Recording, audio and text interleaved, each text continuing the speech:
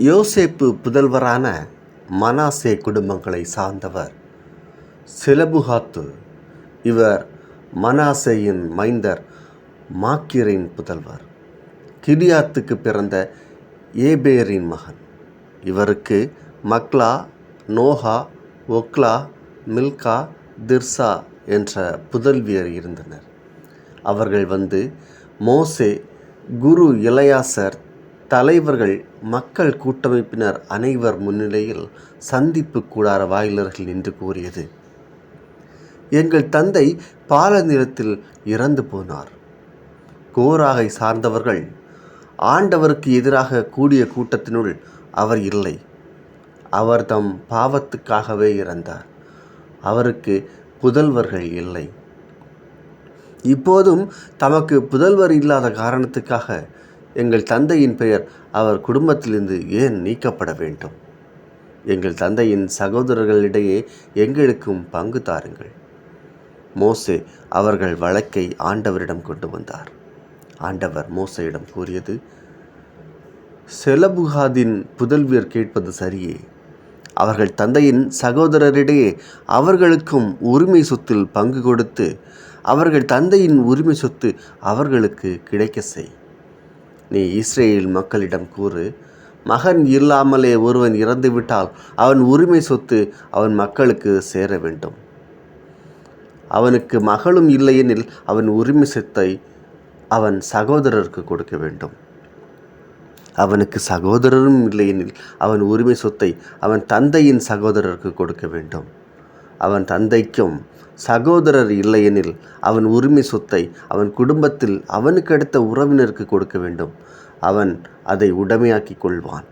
ஆண்டவர் மோசேக்கு கட்டளையிட்டபடி இது இஸ்ரேல் மக்களுக்கு நியமமாகவும் விதிமுறையாகவும் விளங்கும்.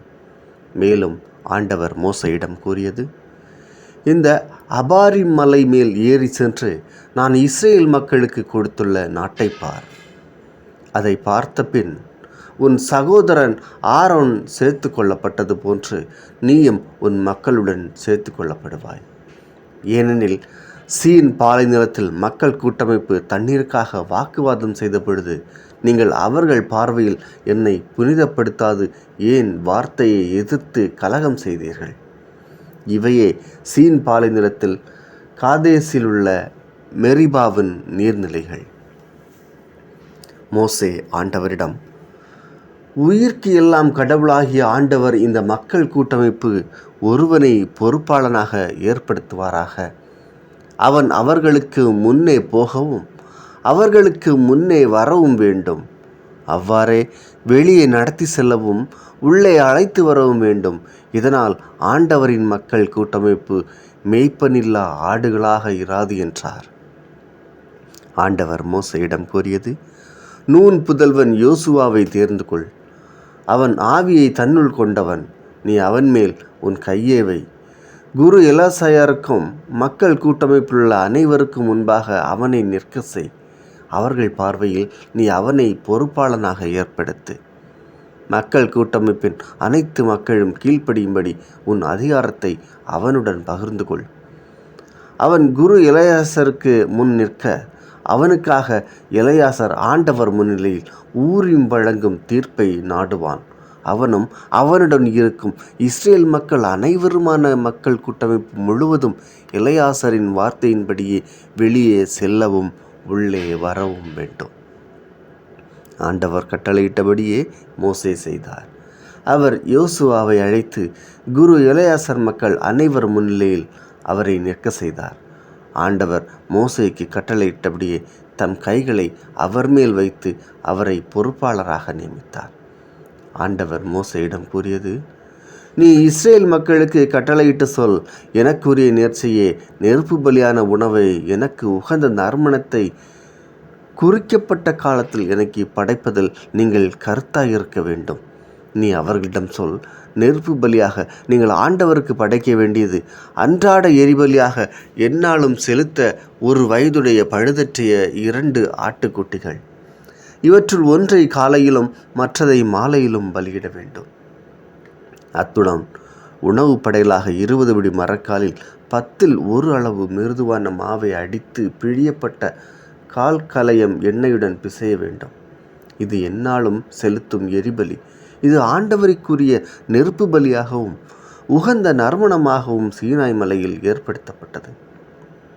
அத்துடன் ஒவ்வொரு ஆட்டுக்குட்டிக்கும் கால் கலயம் வீதம் நீர்மப்படையில் நீங்கள் செலுத்த வேண்டும். ஆண்டவருக்கு நீர்மப்படையலாக திருவுறவிடத்தில் மதுபானத்தை ஊற்ற வேண்டும்.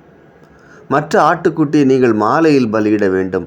காலையில் உள்ள உணவு படையில் போன்றும் அதன் நீர்மப்படையில் போன்றும் அதை நெருப்பு பலியாகவும் ஆண்டவருக்கு உகந்த நறுமணமாகவும் நீங்கள் படைக்க வேண்டும். ஓய்வு நாளில் 1 வயதுடைய 2 ஆட்டுக்குட்டிகளையும் உணவு படையிலாக எண்ணெயில் பிசைந்த 20 படி மரக்காலில் 10ல் 2 அளவு மிருதுவான மாவையும் அத்துடன் நீர்ம படையலையும் செலுத்த வேண்டும். எந்நாளும் செலுத்தும் எரிபலியும் நீர்ம படையிலும் நீங்களாக இது ஒவ்வொரு ஓய்வு நாளிலும் செலுத்தப்பட வேண்டிய எரிபலியாகும். மாத தொடக்கத்தில் எரிபலியாக நீங்கள் ஆண்டவருக்கு செலுத்த வேண்டியவை இளங்காளைகள் 2, ஆட்டுக்கிடாய் 1, 1 வயதுடைய ஆட்டுக்குட்டிகள் 7. இவை பழுதற்றவையாக இருக்க வேண்டும். அவற்றுடன் உணவு படையலுக்காக காளை ஒவ்வொன்றுக்கும் எண்ணெயில் பிசைந்த 20 படி மரக்காலில் 10ல் 3 அளவு மெல்லிய மாவு, உணவு படையலுக்காக ஆட்டுக்கிடாய் ஒன்றுக்கு எண்ணெயில் பிசைந்த 10ல் 2 பங்கு மெல்லிய மாவு, உணவு படையலுக்காக ஆட்டுக்குட்டி ஒவ்வொன்றுக்கும் எண்ணெயில் பிசைந்த 10ல் 1 பங்கு மெல்லிய மாவு. இவை எரிபலிக்காகவும் ஆண்டவருக்கு உகந்த நறுமணமான நெருப்பு பலிக்காகவும் இருக்க வேண்டும்.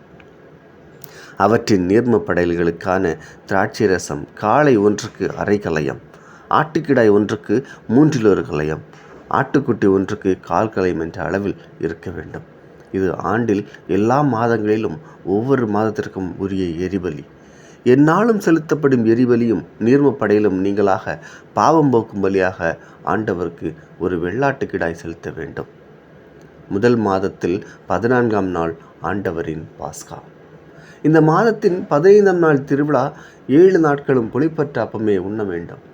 முதல் நாளில் திருப்பேரவை கூட்டப்படும். கடின வேலை ஏதும் நீங்கள் செய்யக்கூடாது. ஆனால் நெருப்பு பலியொன்றை எரிபலியொன்றை ஆண்டவருக்கு செலுத்த வேண்டும். இதற்கு வேண்டியவை இளங்காளைகள் 2, ஆட்டுக்கிடாய் 1, 1 வயதுடைய ஆட்டுக்குட்டிகள் 7.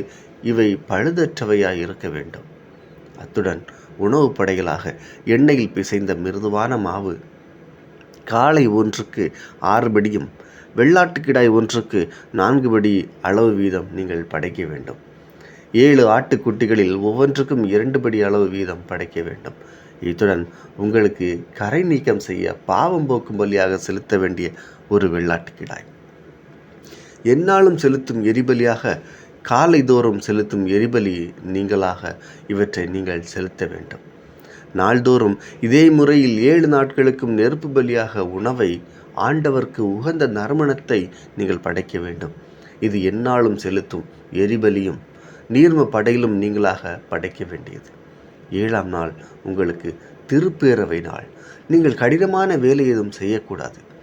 வாரங்களின் விழாவில் முதற் பலன்களின் நாளன்று புது தானியத்திலிருந்து நீங்கள் ஆண்டவருக்கு உணவு படையல் படைக்கும் போது உங்களுக்கு திருப்பேரவை இருக்கும். கடினமான வேலை ஏதும் நீங்கள் செய்யக்கூடாது. ஆண்டவருக்கு உகந்த நறுமணமாக எரிபலி ஒன்றை செலுத்துவீர்கள். இதற்கு வேண்டியவை இளம் காளைகள் 2, ஆட்டுக்கிடாய் 1, 1 வயதான ஆட்டுக்குட்டிகள் 7. அத்துடன் உணவு படையலாக எண்ணெயில் பிசைந்த மெல்லிய மாவு காளை ஒன்றுக்கு 6 படியும் ஆட்டுக்கிடாய் ஒன்றுக்கு 4 படி அளவில் இருக்கும். 7 ஆட்டுக்குட்டிகளில் ஒவ்வொன்றுக்கும் 2 படி என்ற அளவில் இருக்கும். மேலும் உங்களுக்கு கரை நீக்கம் செய்ய வெள்ளாட்டுக்கிடாய் 1 தேவை. இவையும் இவற்றின் இனப்படையிலும் எந்நாளும் செலுத்தும் எரிபலியும் அதன் உணவு படையிலும் நீங்கள் படைக்க வேண்டும். இவை பழுதற்றவையாய் இருக்க வேண்டும்.